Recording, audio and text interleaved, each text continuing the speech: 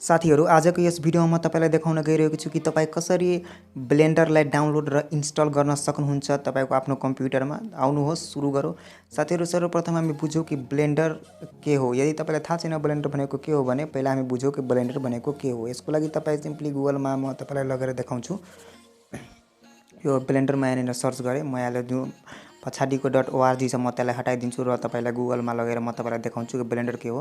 यहाँनिर तपाईले हेर्न सक्नुहुन्छ सबै कुरा छ। ब्लेन्डर यहाँनिर हेर्न सक्नुहुन्छ एउटा फ्री र open source 3D computer graphic software हो र यो बेसिकली जुन चाहिँ एनिमेसन भिडियोहरु बनाउनको लागि काममा आउँछ।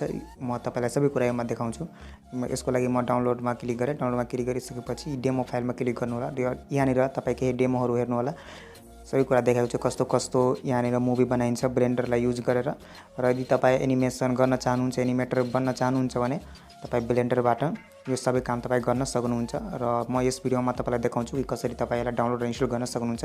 यहाँनिर तपाईले हेर्न सक्नुहुन्छ कुन कुन अपरेटिङ सिस्टमका लागि ब्लेन्डर अवेलेबल छ भनेर र मिनिमम रिक्वायरमेन्ट हेर्न सक्नुहुन्छ। हार्डवेयर रिक्वायरमेन्ट के हुनु पर्यो तपाईको कम्प्युटरमा यहाँनिर हेर्न सक्नुहुन्छ। सबै कुरा यहाँनिर देखाइएको छ। म तपाईलाई डाइरेक्ट यसलाई डाउनलोड गरेर र इन्स्टल गरेर देखाउँछु। यसको लागि म डाउनलोडमा जान्छु। डाउनलोडमा क्लिक गरिसकेपछि यहाँनिर तपाईलाई डाउनलोड गर्नु होला। जस तपाई योमा क्लिक गरिदिनु होला। क्लिक गरिसकेपछि यो डाउनलोड हुन अब भइहाल्छ। म तपाईलाई देखाउँछु। यहाँनिर तपाईले हेर्न सक्नुहुन्छ म यसलाई डाउनलोड गरेर राखेको छु पहिला नै। अहिले म डाउनलोड गर्दिन। डाउनलोड भइसकेपछि यसमा डबल क्लिक गर्नु होला। डबल क्लिक गरिसकेपछि यो इन्स्टलेसनको लागि यहाँनिर रेडी हुन्छ।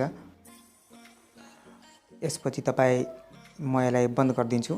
जति पनि ट्याब खुलेछ पहिला म यसलाई बन्द गरिदिन्छु अनि म तपाईलाई देखाउँछु कसरी तपाईले इन्स्टल गर्न सक्नुहुन्छ। नेक्स्ट गर्नु होला। नेक्स्ट गरिसकेपछि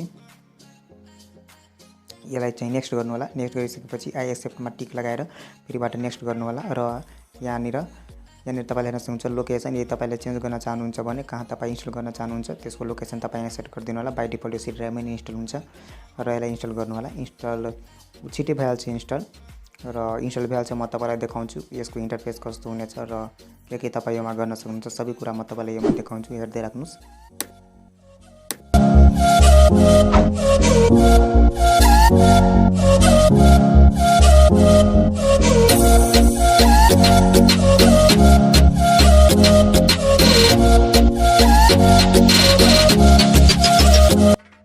र हाम्रो इन्स्टलेसन जुन छ कम्प्लिट भइसकेको छ। यसलाई फिनिश गरिदिनु होला। फिनिश गरिसकेपछि डेस्कटपमा एउटा हेर्न सक्नुहुन्छ तपाईले यहाँ ब्लेन्डर हाम्रो इन्स्टल भइसकेको छ। जस्ट योमा तपाई डबल क्लिक गरिदिनु होला। क्लिक गरिसकेपछि हाम्रो ब्लेन्डर जुन छ खुल्छ। यो खुली अब लोड हुँदैछ। लोड भइसकेपछि म तपाईलाई देखाउँछु यसको इन्टरफेस कस्तो हुनेछ। साथीहरु सबै कुराको लिंक चाहिँ म यो भिडियोको डिस्क्रिप्सन पार्टमा हाल्दिने छु। यदि तपाईलाई प्रब्लम गर्न कुनै अप्ठ्यारो हुन्छ भने सिम्पली तपाई डिस्क्रिप्सन जानु होला र त्यहाँबाट लिंकमा गइसकेपछि डाउनलोड गर्न सक्नुहुन्छ। हेर्न सक्नुहुन्छ यो इन्टरफेस। जसलाई बन्द गरिदिनु र यसको इन्टरफेस यस्तो छ। यहाँबाट तपाई एनिमेसन भिडियोहरु बनाउन सक्नुहुन्छ। कार्टुन जति पनि हुन्छ सबै कुरा तपाई यहाँबाट बनाउन सक्नुहुन्छ। र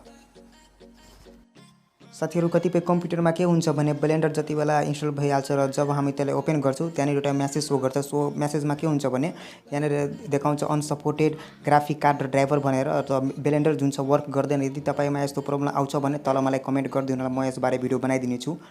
र भिडियो यदि मन परेको छ भने भिडियोलाई लाइक गरिदिनु, शेयर गरिदिनु। च्यानलमा नयाँ हुनुहुन्छ भने च्यानललाई सब्स्क्राइब र बेल आइकनलाई प्रेस गरेर राखिहाल्नु होला। आजको लागि यति नै राखु। छिटै भेट हुनेछ एउटा अर्को नयाँ भिडियोको साथमा। तबसम्मको लागि बाइ एन्ड टेक केयर।